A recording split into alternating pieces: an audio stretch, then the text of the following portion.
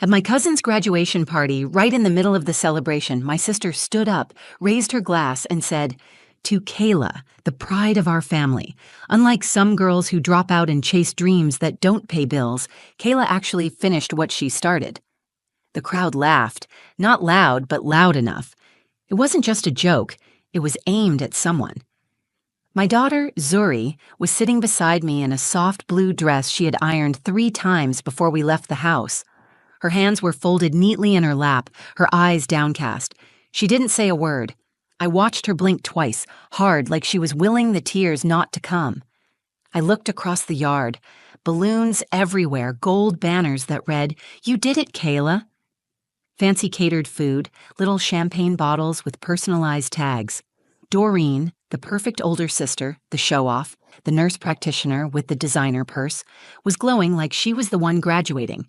And then there was me, the divorced high school English teacher who parked a few blocks away because my car squealed too loudly when I hit the brakes, the mother of the girl who dropped out of MIT, but I wasn't ashamed of Zuri. I never have been. They didn't know what she'd been through. They didn't see her stay up for 36 hours straight, working on machine learning models that half her professors couldn't understand. They didn't hear the panic in her voice when she told me she needed to leave MIT, not because she couldn't keep up, but because something didn't feel right.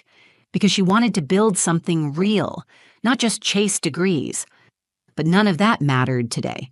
What mattered was the way they laughed, the way they acted like her story was already over.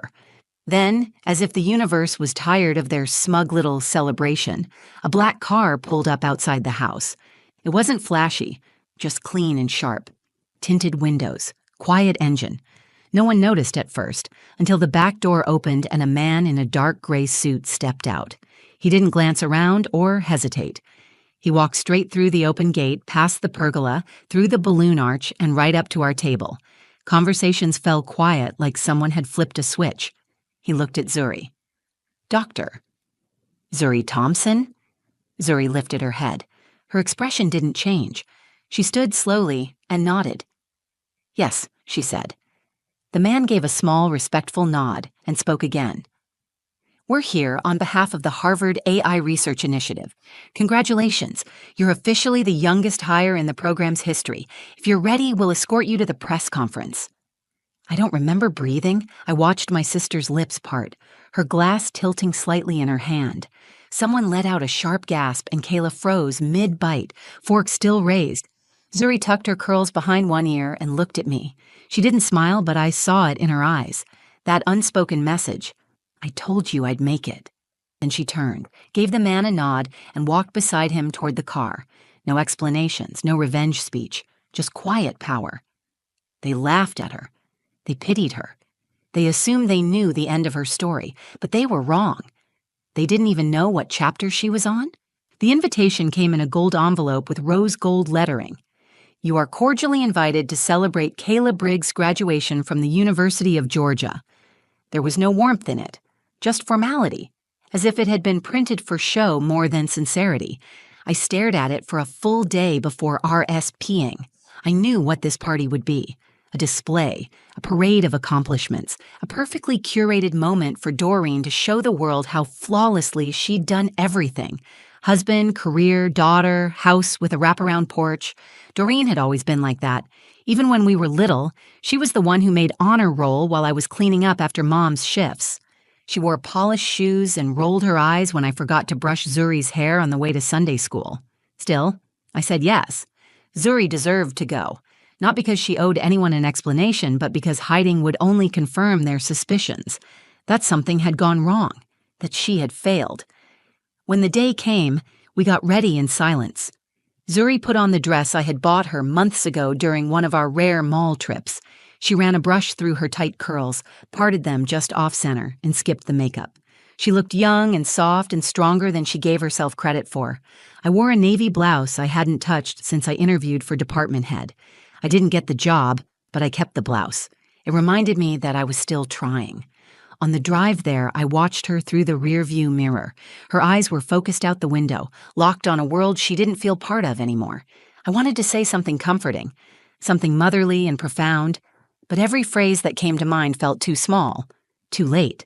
So I just said, "You okay?" She nodded once. Fine. It wasn't fine. But I let it be.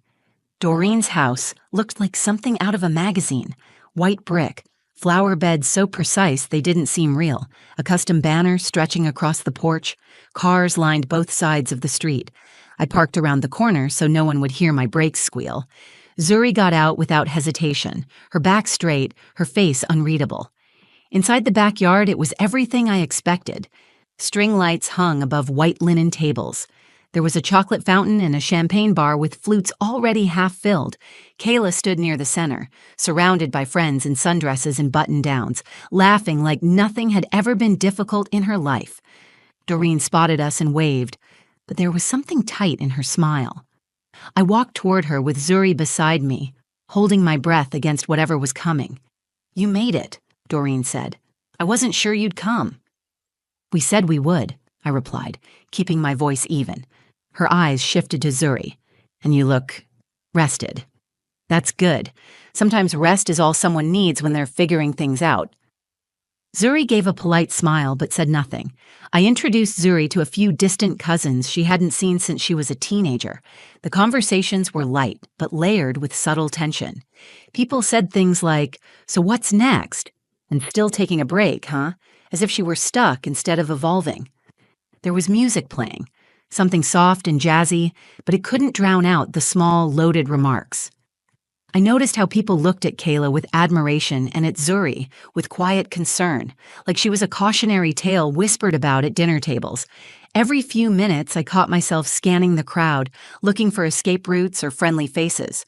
There weren't many, just people who used to know us who thought they still did. Zuri excused herself to get a soda and stayed near the food table, watching the speeches begin. I stayed back, arms crossed, pretending to listen as Doreen's husband toasted Kayla's brilliance and dedication. When Doreen stood to speak, I saw her look in our direction, not directly at Zuri, but near enough to draw attention. "Some kids just know what they want," she said, lifting her glass. "They don't flinch. They stay the course. They finish what they start." It wasn't subtle. It was a warning shot, a performance disguised as a compliment. Zuri didn't react. She just took a sip from her cup and looked out over the crowd. I saw the flicker in her expression. It wasn't anger. It wasn't hurt. It was something quieter, something that settled deep. That was the moment I realized we weren't just attending a graduation party. We were walking through a battlefield. Doreen always knew how to aim a knife without raising her voice. Her words sliced clean and fast, hidden behind polite tones and fake concern. She never needed to yell to humiliate someone, especially not me, and definitely not Zuri.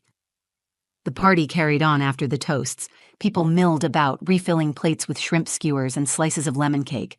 The DJ played soft R&B from a corner under a white canopy. I stayed close to Zuri, not hovering, but near enough that she wouldn't feel completely alone. She sat quietly at a table near the edge of the yard, shaded by a big magnolia tree. Her hands rested in her lap, her eyes scanning the grass, detached from the celebration swirling around her. Every now and then, someone would stop by and ask a question they didn't really want the answer to. "So, Zuri, what are you doing now?" "Oh, taking a little break." "That's good, you've got time.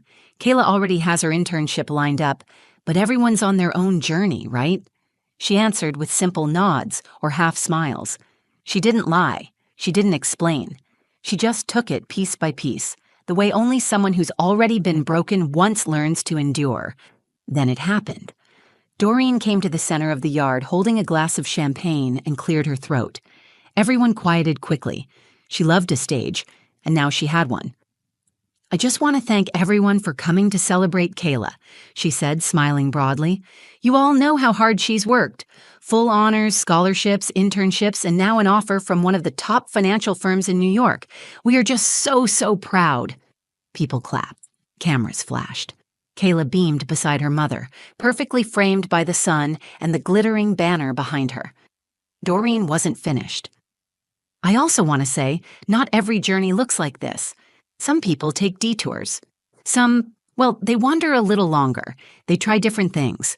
Some even drop out, maybe to find themselves. And maybe, just maybe, they'll make it as a waitress." She didn't look at Zuri, but every head in the crowd slowly turned in our direction. A ripple of laughter followed. Not everyone laughed, but enough did, just loud enough to sting. I looked at Zuri. Her posture didn't change. Her hands were still folded, her back still straight. But I saw her chin tighten. Her eyes dropped to her lap. She blinked twice. That was it. She didn't cry, she didn't walk out. She sat there and absorbed every ounce of that moment. Something inside me broke. I stood halfway, caught between comfort and confrontation, unsure which would protect her more. My instincts screamed to yell, to shame Doreen the way she had just shamed my daughter. But Zuri reached under the table and gently touched my arm just once, and that stopped me. It was her way of saying, "Don't." Not because she wasn't hurt, but because she didn't want to give them anything else to talk about. So I sat down. Around us, the chatter started up again. The insult had already been buried beneath compliments and party photos. People moved on, but I didn't. I couldn't. I watched Zuri carefully. Her face stayed calm, but I knew better. I knew the toll it took to be judged by people who didn't know the whole story, who only saw the surface and thought they understood everything underneath. What none of them knew was that Zuri hadn't dropped out because she failed. She left MIT after receiving offers from multiple research labs, not because she couldn't handle the workload, but because she wanted more than a name-brand education. She was working with real data, consulting with tech companies on ethical AI development, and writing papers that professors had begun citing. But she hadn't told anyone that yet, not because she was hiding, but because she didn't need their approval to validate her worth. Still, no mother wants to see her child ridiculed, especially not by family. Doreen walked past us a few minutes later and leaned down just enough to whisper, "No hard feelings, sis. We're just having fun." I stared at her. I didn't blink. I didn't nod. I didn't give her the satisfaction of a reaction, because I knew something she didn't. The truth was coming, and it was about to arrive right at her perfect little party. Zuri didn't flinch. That was what struck me most. After Doreen's insult, after the laughter, after the sideways glances and whispered remarks, she didn't storm off. She didn't defend herself. She didn't even look angry. She just sat there, her hands still resting in her lap, her eyes quiet and fixed on something far away. But I could feel it. Something shifted in her. It wasn't dramatic or visible to anyone else, but I felt it like a change in air pressure. She had taken the hit and decided in that moment how she would respond, not with words, not with drama, but with presence. I leaned in a little, keeping my voice low so only she could hear. "You okay?"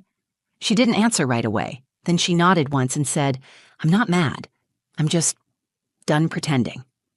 That sentence hit me harder than I expected. I had spent so much time encouraging her to protect her peace, to stay above the noise, to let people think what they wanted. But I realized now that silence had a price. Every time she let them underestimate her, she had been carrying the weight of that misunderstanding.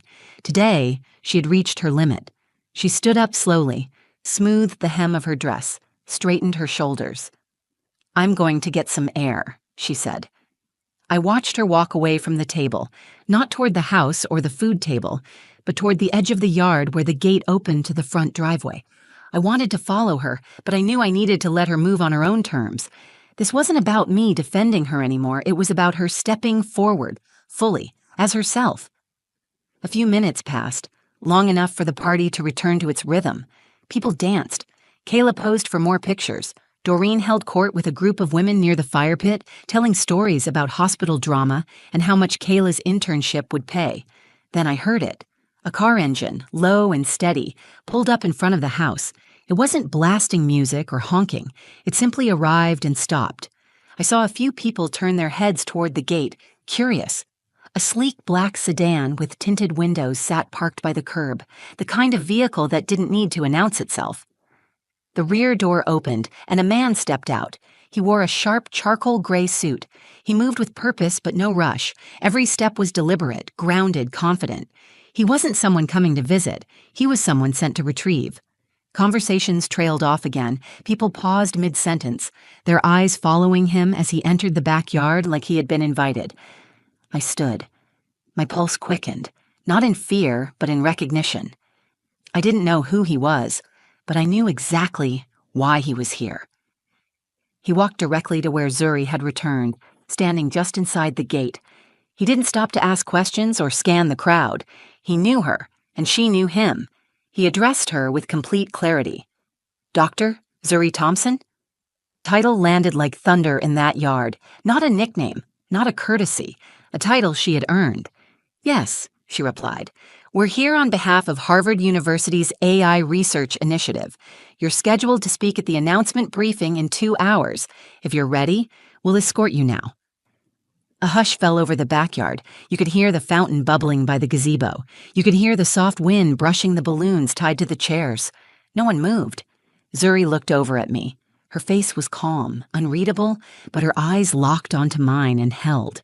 That glance said everything. It said, I told you I was building something. It said, I'm not hiding anymore. She turned to the man, nodded once, and said, I'm ready. She didn't apologize. She didn't explain. She didn't look back at the people who had laughed. She just walked forward with the kind of quiet strength you can't fake. And I stayed behind, heart pounding, chest full, watching my daughter walk into the world, not as someone needing permission to belong, but as someone finally claiming her place in it. Zuri didn't rush. She walked with steady steps, each one deliberate.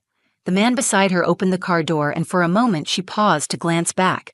Not at me, not at Doreen, not at anyone in particular, but at the space she was leaving behind. Then she stepped inside. The car pulled away without drama, just the low hum of the engine and the crunch of tires on gravel, and that was it. She was gone. But what she left behind hit harder than any speech, louder than any confrontation. Silence. Total, stunned silence. No music, no chatter, no fake laughing crowd. I stood still, my hands gripping the edge of the table in front of me. People stared at the driveway like they expected the car to circle back. Doreen's mouth was half open, her glass frozen mid-air. Kayla stood next to her, confused and unsure whether she was still the center of attention. No one asked any questions right away, but I saw the looks. They weren't curious. They were ashamed, embarrassed. People who had chuckled at Doreen's comment earlier now kept their heads down. One woman, a cousin I hadn't spoken to in years, walked past and mumbled, "That was impressive," before disappearing behind the drink table. Doreen recovered first, of course. She laughed a little, forced and high-pitched, and said, "Well, I guess she didn't tell us she was going to give TED Talks now, or whatever that was." She looked at me, trying to regain control of the story. "You knew about that, didn't you? Why wouldn't you say something?" I looked her right in the eyes, because she didn't need to prove anything to you. I didn't raise my voice. I didn't need to. "I'm her mother," I added, "not her press agent." Doreen's face tightened. That perfect mask of superiority slipped just for a moment. She opened her mouth like she might defend herself, but no words came. She turned away and pretended to fix the straps on a cooler, but the moment was already out of her hands. I sat back down and took a sip of water. Across the yard, people were starting to talk again, but the tone had changed. There was no more smugness, no backhanded compliments or cheap shots. What lingered now was the memory of that title, Dr. Zuri Thompson, spoken by a man in a suit who didn't smile or soften the words. He had delivered them like a fact because that's exactly what they were. A few minutes later, my phone buzzed, a message from Zuri. "Heading to the campus center now. Just wanted to say thank you for being there today. I didn't realize how much I needed you until I saw your face when he said my name."